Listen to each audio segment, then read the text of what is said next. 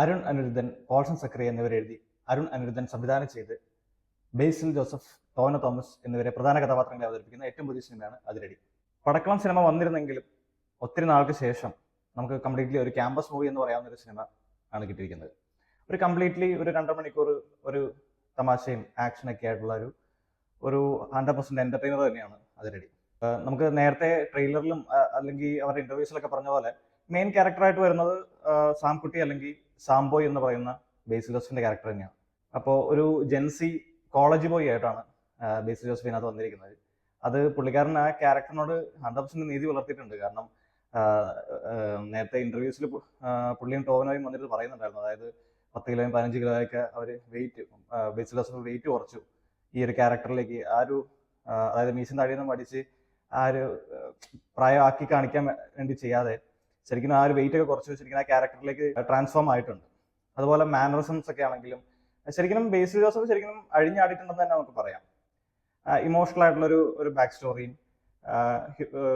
Comedy ആയിട്ടുള്ള ഒരു present സ്റ്റോറിയും ഒക്കെ ആയിട്ട്, എന്നാൽ അതിനിടയിൽ കുറച്ച് ആക്ഷൻ സീക്വൻസുകളും എല്ലാമായിട്ട് ഉള്ള കുറെ സീക്വൻസുകളൊക്കെയാണ് മൂവിയിൽ വരുന്നത്. ഭയങ്കര സസ്പെൻസ് എലമെന്റ്സോ അല്ലെങ്കിൽ നമ്മളെ എഡ്ജ് ഓഫ് ദ സീറ്റ് എക്സ്പീരിയൻസോ അങ്ങനെയൊന്നും കൊണ്ടെത്തിക്കുന്ന ഒരു ഇതൊന്നുമല്ല. ഒരു നോർമൽ ഒരു എന്റർടൈനർ എന്ന് നമുക്ക് പറയാം മൂവിനെ ഓവറോൾ ആയിട്ട്. നായികയായിട്ട് വരുന്നത് റിയ ഷുബു ആണ്, നമ്മുടെ ഡെലുലു. റിയ ഷുബുവിന് അത്ര ഇമ്പോർട്ടൻസ് ആയിട്ടുള്ള ഒരു ക്യാരക്ടർ ഒന്നല്ല, ബട്ട് നായികയാണ്.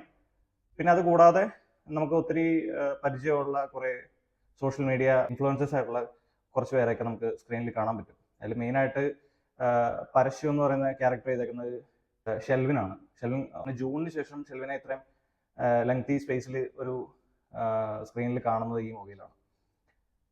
ഷെൽവിനാണെങ്കിലും ഷെൽവിന്റെ ക്യാരക്ടർ നല്ല അടിപൊളിയായിട്ട് ചെയ്തിട്ടുണ്ട്. പൊതുവെ നായകന്റെ ഒപ്പം വരുന്ന ഹ്യൂമറസ് ആയിട്ടുള്ള ഒരു ക്യാരക്ടർ അത് പുള്ളി നല്ല രീതിയിൽ തന്നെ കൈകാര്യം ചെയ്തിട്ടുണ്ട്. വിനീത് ശ്രീനിവാസന്റെയും ഷാൻ റഹ്മാന്റെ ക്യാരക്ടേഴ്സിലേക്ക് വരുവാണെന്നുണ്ടെങ്കിൽ എനിക്ക് തോന്നുന്നു ശരിക്കും കുറച്ചധികം സ്കോർ ചെയ്തിരിക്കുന്നത് നമ്മുടെ ഷാൻ റഹ്മാനാണ്. അത് നല്ല രസമുണ്ട്. പുള്ളിയുടെ ഒരു അൺഎക്സ്പെക്റ്റഡ് ആയിട്ടുള്ള കൗണ്ടേഴ്സ് കാര്യങ്ങളൊക്കെ നല്ല അടിപൊളിയായിട്ട് പുള്ളി ചെയ്തിട്ടുണ്ട്. പിന്നെ അതുപോലെ ഒരു അൺഎക്സ്പെക്റ്റഡ് ഒരു ചെറിയ ക്യാമിയോ ഒക്കെ ഉണ്ട് മൂവിയിൽ. അതൊക്കെ നല്ല അടിപൊളിയായിട്ടുണ്ടായിരുന്നു. എസ്പെഷ്യലി ഈ ഒരു കറണ്ട് സിറ്റുവേഷനിൽ ആ ഒരു ക്യാമിയോസ് ഒക്കെ അടിപൊളിയായിട്ടുണ്ടായിരുന്നു. കമ്മിങ് ടു ദ സ്റ്റോറി, ഇപ്പോൾ കേരളത്തിൽ കഴിഞ്ഞ കുറച്ച് നാൾക്ക് മുന്നേ നടന്നൊരു ഇൻസിഡന്റിന് സിമിലർ ആയിട്ടുള്ള ഒരു ഇൻസിഡന്റിനെ ബേസ് ചെയ്തിട്ടാണ് സ്റ്റോറി സ്റ്റാർട്ട് ചെയ്യുന്നത്. പിന്നെ എടുത്തു പറയുന്ന ഒരു ഇമോഷണൽ കണക്ഷൻ എന്നൊക്കെ പറഞ്ഞു കഴിഞ്ഞാൽ വിഷ്ണു അഗസ്ത്യയും അതുപോലെ ബേസിൽ ജോസഫിന്റെയും ക്യാരക്ടേഴ്സ് തമ്മിലുള്ള ചേട്ടൻ അനിയനും തമ്മിലുള്ള ഒരു കണക്ഷൻ വരുന്ന ഒരു സംഭവങ്ങളൊക്കെയാണ് കുറച്ചും കൂടി ഇമോഷണൽ ആയിട്ട് നമ്മളിലേക്ക് എത്തുന്നത്. അപ്പോൾ അതെല്ലാം വളരെ അടിപൊളിയായിട്ടാണ് ചെയ്തു വെച്ചിരിക്കുന്നത്. അപ്പോൾ വിഷ്ണു അഗസ്ത്യ നമുക്കറിയാം ശരിക്കും നല്ല ക്യാരക്ടേഴ്സ് ചെയ്യാൻ ആഗ്രഹിക്കുന്ന അല്ലെങ്കിൽ നല്ല ക്യാരക്ടേഴ്സ് ചെയ്യുന്ന ക്യാരക്ടേഴ്സ് നല്ല രീതിയിൽ പെർഫോം ചെയ്യുന്ന ഒരാളാണ്. അപ്പോൾ പുള്ളിക്കാരൻ്റെ ഇമോഷണൽ സീൻസ് ഒക്കെ നമുക്ക് നന്നായിട്ട് കണക്ട് ആവും. പിന്നെ നമുക്ക് പ്രതീക്ഷിക്കാവുന്ന ക്ലൈമാക്സ് ഒക്കെ തന്നെയാണ് മൂവിയിൽ വരുന്നത്. അല്ലെങ്കിൽ ചില ക്യാരക്ടേഴ്സിന്റെ എൻട്രി ഒക്കെ നമുക്ക് എക്സ്പെക്ട് ചെയ്യാവുന്ന ചില ക്യാരക്ടേഴ്സ് ഒക്കെ ഉണ്ട്.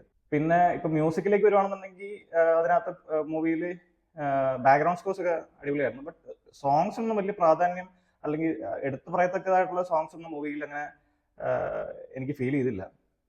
അതുപോലെ സിനിമാറ്റോഗ്രഫിയിലേക്ക് വരുമ്പോഴേക്കും സാമുവൽ ഹെൻറി എന്ന് പറഞ്ഞ പുള്ളിക്കാരനാണ് ചെയ്തിരിക്കുന്നത്.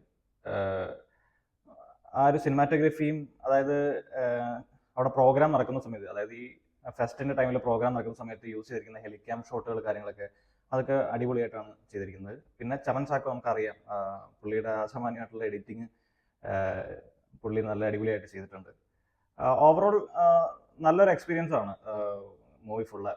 ഓവറോൾ ജസ്റ്റ് തിയേറ്ററിൽ പോയിരുന്ന ഒരു 1 ടൈം വാച്ചായി കാണാൻ പറ്റുന്ന ഒരു decent comedy, like vulgar comedy ഒന്നും ഇല്ലാതെ ഡീസൻറ്റ് കോമഡീസ് ഒക്കെ ആയിട്ടുള്ള ഒരു ഡീസൻറ്റ് വാച്ച് മൂവിയാണ്. അപ്പോൾ എല്ലാവരും തിയേറ്ററിൽ തന്നെ പോയിട്ട് മൂവി കാണുക. അപ്പോൾ അടുത്തൊരു സിനിമയുടെ വിശേഷങ്ങളായിട്ട് വീണ്ടും കാണാം. Till then bye.